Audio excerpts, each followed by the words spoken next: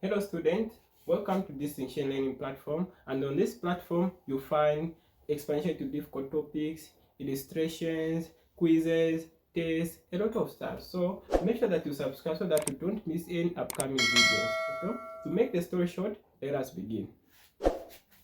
So remember that we are talking about general pathology, and in this video we'll talk about cell injury as well, which is one of the type of cell injuries, reversible cell injury. Remember that what is cell injury? Cell injury is damage made to the cell because it was exposed to noxious or harmful stimuli, or maybe if you look at the stress stimuli, if it was prolonged, then it can cause cell injury. Okay, now in this video we'll talk about reversible cell injury. Remember that there are various causes of what cell injury. From previous video we said to say there are a lot of causes of what cell injury, like we talked about the physical agent, hypoxia, we talked about chemical agent, we talked about aging, we talked about nutritional imbalance, a lot of stuff. So make sure that you watch that video so that we can now progress to reversible cell injury. So what is the reversible cell injury? So reversible cell injury is a type of cell death. It's a type of cell injury. So it's a type of cell injury where a cell is able to go back into its normal state, where it can maintain what? Homeostasis. Okay, so that is the reversible cell injury. It's able to go back, but only if the injurious stimuli is removed. And sometimes that injurious stimuli, it can be what?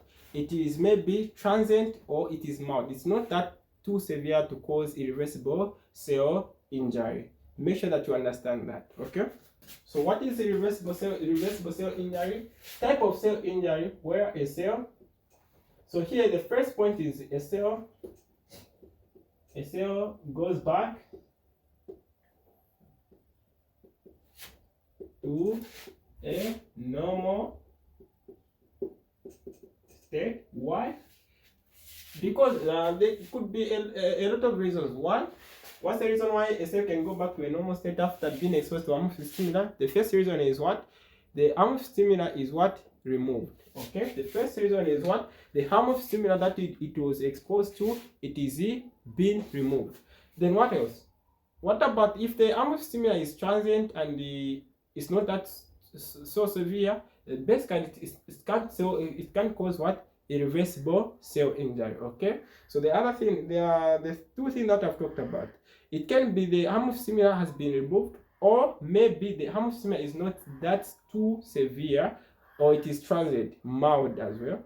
Okay, then basically a cell will try by all means to correct what was lost and go back to what? The normal state of what? Maintaining the intracellular homeostasis. Basically, you need to understand that. Okay, so now what else are we supposed to talk about under reversible cell injury?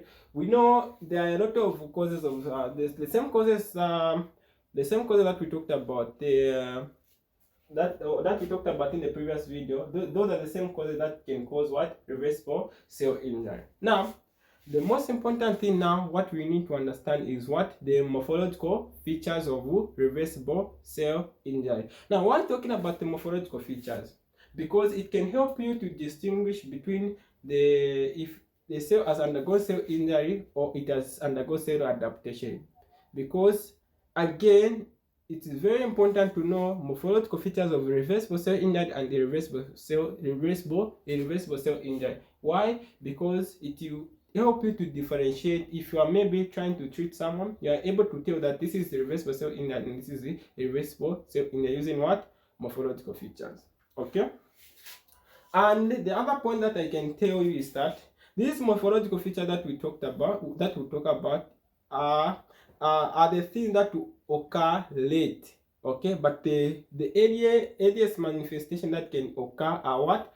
Molecular or biochemical mechanism that we'll talk about in the future lessons. Okay, the biochemical mechanism of cell injury. So those are the first things that can occur, then leading to what? Morphological features.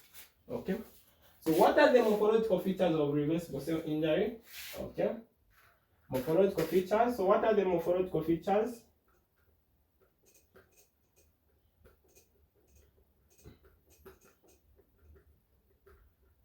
So what are the morphological features of reversible cell injury? There are basically two morphological features of reversible cell injury. The first one is what? Cellular swelling. The first one is what? What's the first one? The first one is what? Cellular swelling. The first one is cellular swelling. Now the question is, what can cause a cell to start swelling? Because if you don't want to be forgetting concept, make sure that you understand the concept. What can lead to cellular swelling? So if you understand that one, you can't forget. Okay. So what can lead to cellular swelling? So things that can lead to cellular swelling. Remember that if you have a cell. You have a cell like that. A cell has what we call pumps, like that. Pumps that can use energy. Basically, we call it ATP. Okay, so these pumps, these are what we call energy-dependent pumps. Okay, so those pumps are what we call energy-dependent pumps because they depend on ATP. Okay. Now, remember that if there are some certain like causes, remember that hypoxia was one of the most cause of what cell injury. So if you have hypoxia here, so let's say you have hypoxia here. If you have hypoxia there, okay, hypoxia, remember that what does it lead to? It leads to what? Low production of what? ATP, which is energy. If you don't have energy here, what's going to happen? If you don't have energy here, then basically this pump is going to fail because it doesn't have what? Energy due to the hypoxia cause. Okay, so this pump now is going to fail. This pump is going to fail. If this pump fails, basically now what will happen? If this pump fails, it will lead to what? Disturbance in the what? Osmotic pressure. So it will lead to what? Disturbance in the osmotic pressure. Okay.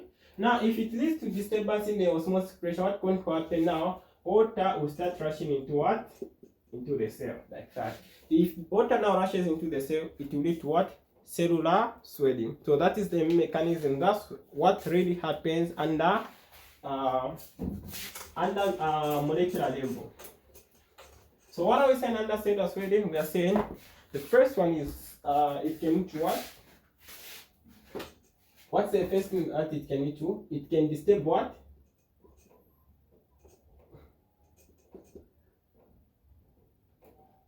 Disturbs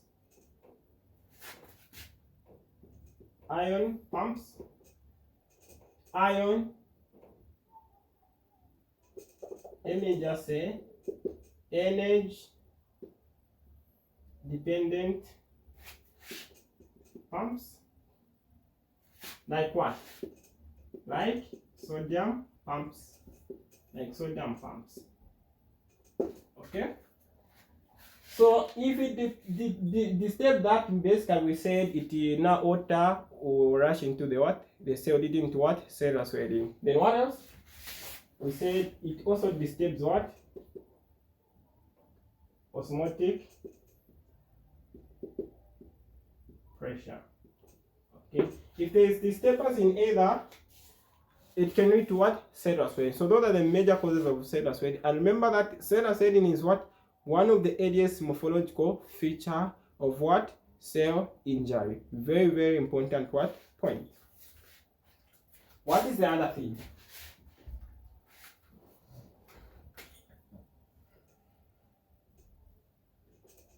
Okay. What is the other thing apart from cellular swelling? Now, very, very good, very, very important point, which is fat change. Okay. Let's talk about fat change. Fat change.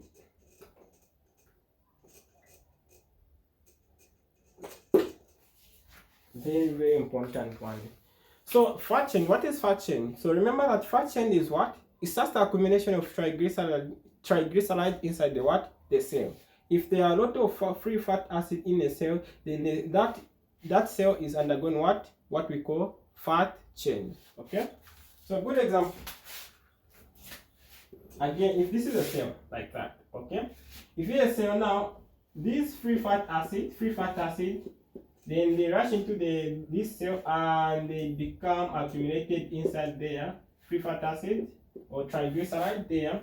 So if they are accumulated, if they accumulate in the what, in the cell due to certain causes, then that is what we call that cell as is undergoing what, fat chain. What is fat chain? Fat chain is just accumulation of what, triglyceride free fatty acid in the what, in the cell. Basically they are just not on their own.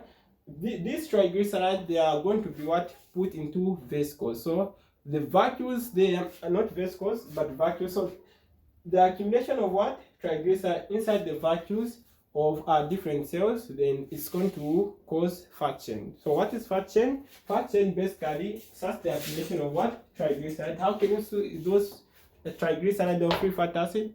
By looking at what, the vacuoles. The vacuoles, they are going to contain what, the triglyceride there. Now the question is, where can fat chain occur? So fat chain can occur where in organs that do fat metabolism. So organs that can do that are able to do fat metabolism, maybe fat oxidation and the other processes, then that's where fat chain can occur. What's the major organ that can do that? It's the liver. So what's the major organ of that can do that? It's the liver. But I'm not saying that it's the only thing that can do where fat chain can occur.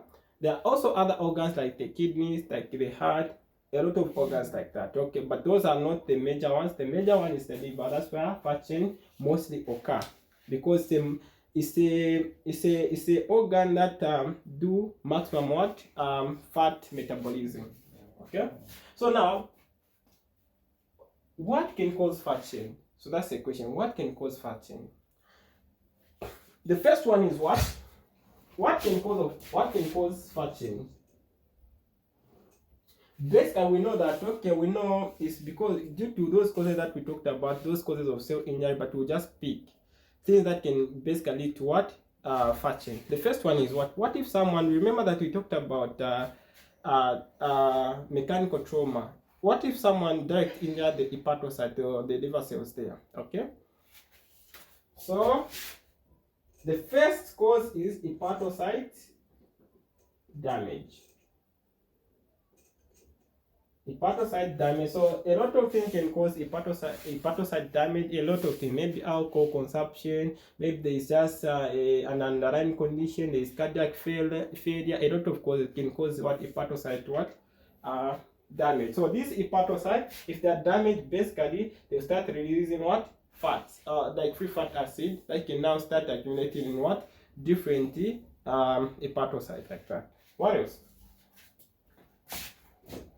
So there is also maybe someone having diabetes mellitus.